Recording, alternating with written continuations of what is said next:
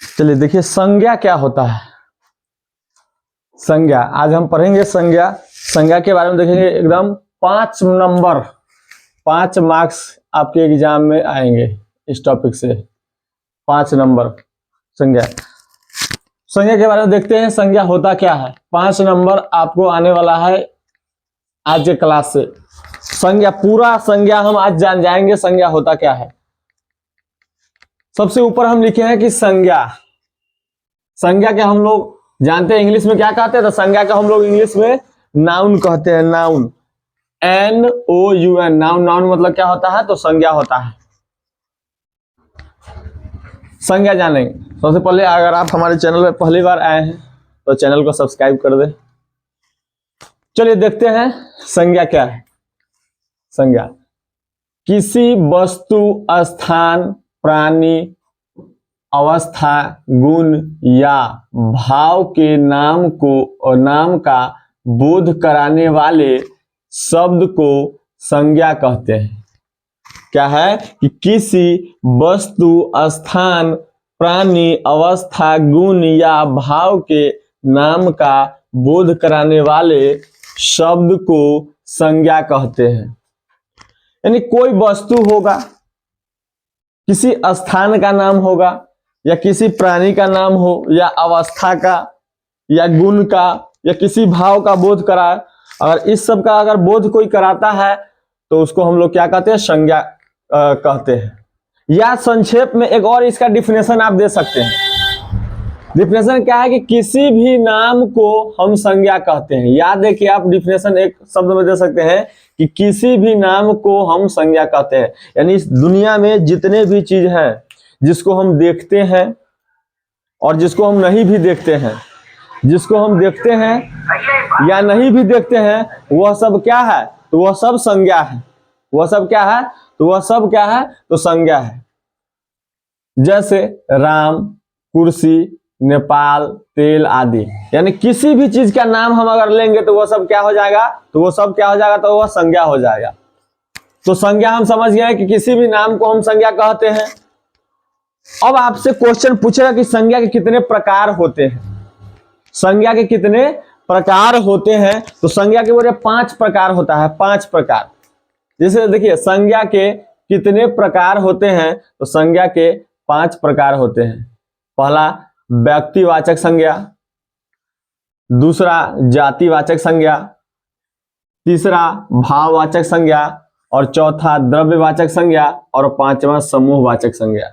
संज्ञा कितने प्रकार, तो 5 प्रकार। कौन कौन, तो व्यक्तिवाचक, जातिवाचक, भाववाचक, द्रव्यवाचक और समूहवाचक।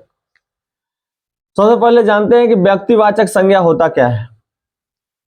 अब व्यक्तिवाचक संज्ञा का जब बोध कराते हैं, व्यक्तिवाचक संज्ञा क्या होता है, ऐसे संज्ञा शब्द जो किसी एक व्यक्ति, वस्तु एवं स्थान का बोध कराते हैं। ऐसे संज्ञा शब्द जो किसी एक व्यक्ति, वस्तु, स्थान का बोध कराते हैं। जैसे एक चीज का बोध कराता है,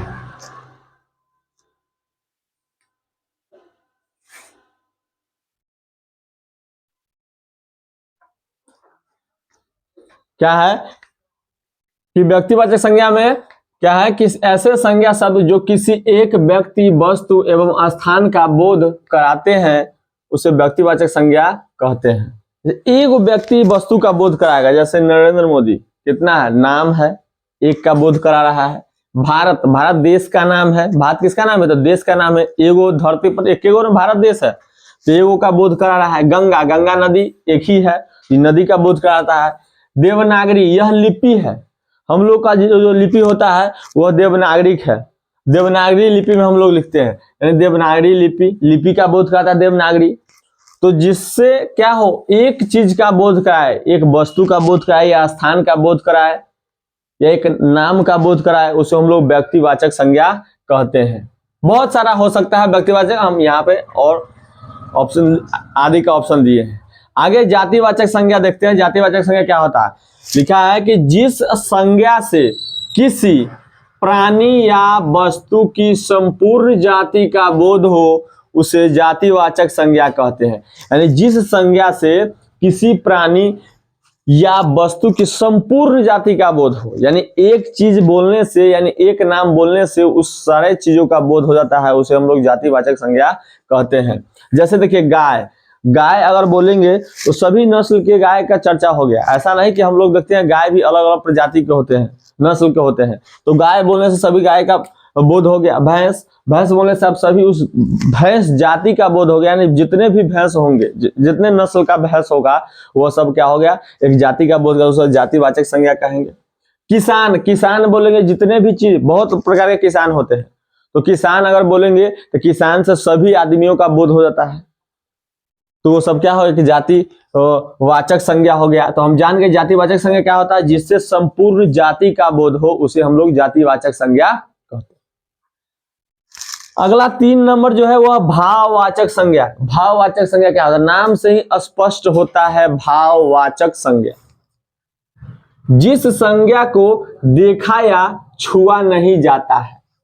भाववाचक संज्ञा में क्या है कि जिस संज्ञा को देखा या छुआ नहीं जाता है, जिस संज्ञा को देखा या छुआ नहीं जाता है, केवल महसूस किया जाता है। महसूस, हम उसको देखेंगे नहीं या ना छुएंगे, सिर्फ और सिर्फ अनुभव करेंगे, यानी महसूस करेंगे कि ऐसा होता है, तो महसूस करेंगे तो हम लोग उससे क्या कहें, तो भाववाचक संज्ञा कहते हैं। जिससे देखा या छुआ नहीं जा सकता है, सिर्फ महसूस किया जाता है, उसे हम लोग क्या कहते हैं, भाववाचक संज्ञा। जैसे क्या क्या चीज को महसूस हम कर सकते, देख नहीं छू सकते, अच्छा है कि खराब है, उसको हम लोग क्या करते हैं, महसूस करते हैं, देख करके महसूस करते हैं कि वह अच्छा है कि खराब है। या मीठा, मीठा को क्या करते हैं हम लोग, महसूस कर, कोई चीज खाते हैं तो हमको खाने से यह प्रतीत होता है कि यह मीठा है कि खट्टा है कि कड़वा है, कैसा है, तो हम लोग खाते हैं तो चखते हैं तो वह मीठा प्रतीत होता है। खट्टा। प्यार, प्यार को देख नहीं सकते, कोई करता है, कोई दिखाता है, तो हम उसको अनुभव करते हैं, देखते हैं, तो जिसको हम लोग देखते हैं, महसूस करते हैं, उसी को हम लोग क्या कहते हैं, तो भाववाचक संज्ञा कहते हैं। आगे है द्रव्यवाचक संज्ञा। द्रव्यवाचक संज्ञा क्या होता है, नाम से यह स्पष्ट होता है द्रव्य।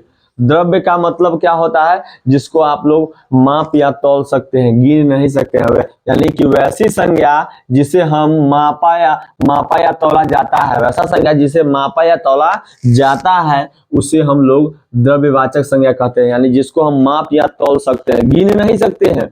तेल को गिन सकते हैं, नहीं, तेल को गिनिएगा, नहीं गिनिएगा। तो तेल को हम मापते हैं, दूध को गिनिएगा, नहीं गिनिएगा, तो दूध को मापते हैं। यानी जिसको हम मापेंगे उसको हम लोग क्या कहेंगे, द्रव्यवाचक संज्ञा कहते हैं। जैसे पानी, तेल, घी, बहुत सारा हो सकता है, पानी है, तेल है, घी है, मक्खन है, तो आटा है, चावल है, दाल है, इस सब को हम लोग गिन नहीं सकते हैं, सिर्फ माप या तौल सकते हैं, उसको हम लोग क्या कहते हैं, तो द्रव्यवाचक संज्ञा कहते हैं। अगला है समूहवाचक संज्ञा। नाम से स्पष्ट होता है कि समूह, समूह का मतलब जान गए कि समूह, समूह का मतलब क्या है, बहुत सारा भीड़ होगा, बहुत लोग होगा, यानी बहुत जगह एक ही प्रकार के वस्तु जो है बहुत सारा होगा। तो समूहवाचक संज्ञा क्या होता है, जिस संज्ञा से किसी समूह का बोध हो, समूह का बोध होता है, उसे समूहवाचक संज्ञा कहते हैं। यानी जिस संज्ञा से किसी समूह का बोध होता है उसे समूहवाचक संज्ञा कहते हैं। जैसे भीड़, सभा, मेला, सेना आदि। भीड़ में देखते हैं, भीड़ अगर रहता है तो किसी एक ही चीज का बहुत सारा भीड़ रहता है। सभा में देखते हैं, जब सभा लगता है तो आदमी का जब जुटान होता है, सभा लगता है तो बहुत सारे लोग वहां पे इकट्ठा हो जाते हैं। मेला में देखिए, मेला में कितना भीड़ होता है, तो आदमी सब का भीड़ होता है। देखिए बैल का मेला लगता है, आदमी का मेला लगता है, हम लोग बहुत, जिस चीज का मेला तो उसमें बहुत ज्यादा संख्या में रहता है। सेना देखते हैं, आर्मी, पुलिस, उसका सेना जब बहाल होता है, देखते हैं एक जगह सेना का कितना होता है, तो झुंड रहता है। तो वैसा संज्ञा जिससे समूह का बोध होता है उसे समूहवाचक संज्ञा कहते हैं। तो हम देख लिए कि संज्ञा क्या होता है। तो संज्ञा आपके एग्जाम में, सभी एग्जाम में पूछता है, वो 10th का एग्जाम हो, 12th का एग्जाम हो, या ग्रेजुएशन का एग्जाम हो, या कॉम्पिटिटिव एग्जाम हो, या किसी भी जॉब का तैयारी करते हैं, किसी प्रतियोगिता परीक्षा की तैयारी करते हैं, वो सभी एग्जामों में यह क्वेश्चन को पूछता है। और इस बार भी एग्जाम में आपसे 4 नंबर में जो है वह संज्ञा पूछा है। 4 नंबर में आपसे एग्जाम में ये डिफिनेशन नहीं पूछेगा, आपसे यह एग्जाम में, किसी भी एग्जाम में डिफिनेशन नहीं पूछता है, पूछ देगा, लिख देगा यहाँ पर कि बताइए, बताइए रामायण, पूछ देगा क्वेश्चन कि रामायण संज्ञा होगा, रामायण संज्ञा होगा, कौन सा संज्ञा होगा, रामायण ऐसे पूछेगा, रामायण संज्ञा होगा या रामायण कौन संज्ञा होगा, रामायण कौन संज्ञा है, रामायण कौन सा संज्ञा है। ऑप्शन में रहेगा व्यक्तिवाचक,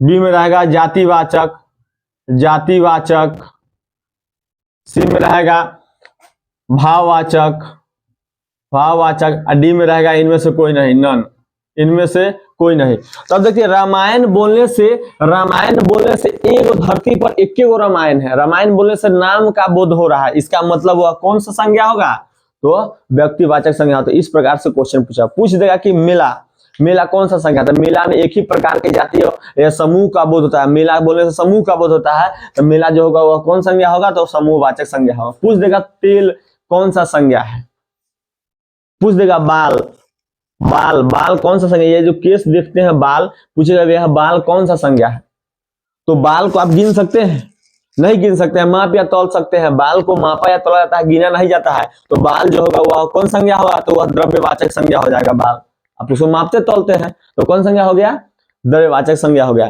तो संज्ञा से आपको इस प्रकार से क्वेश्चन पूछेगा, पूछ देगा कि कुर्सी कौन संज्ञा होगा, कुर्सी कौन सा संज्ञा होता है, कुर्सी देख रहे हैं नाम है, किसी भी चीज का नाम है, तो वह कुर्सी जो है व्यक्तिवाचक संज्ञा है, देख रहे हैं। तो इस तरीके से संज्ञा जानिए, यानी किसी भी नाम को हम संज्ञा कहते हैं।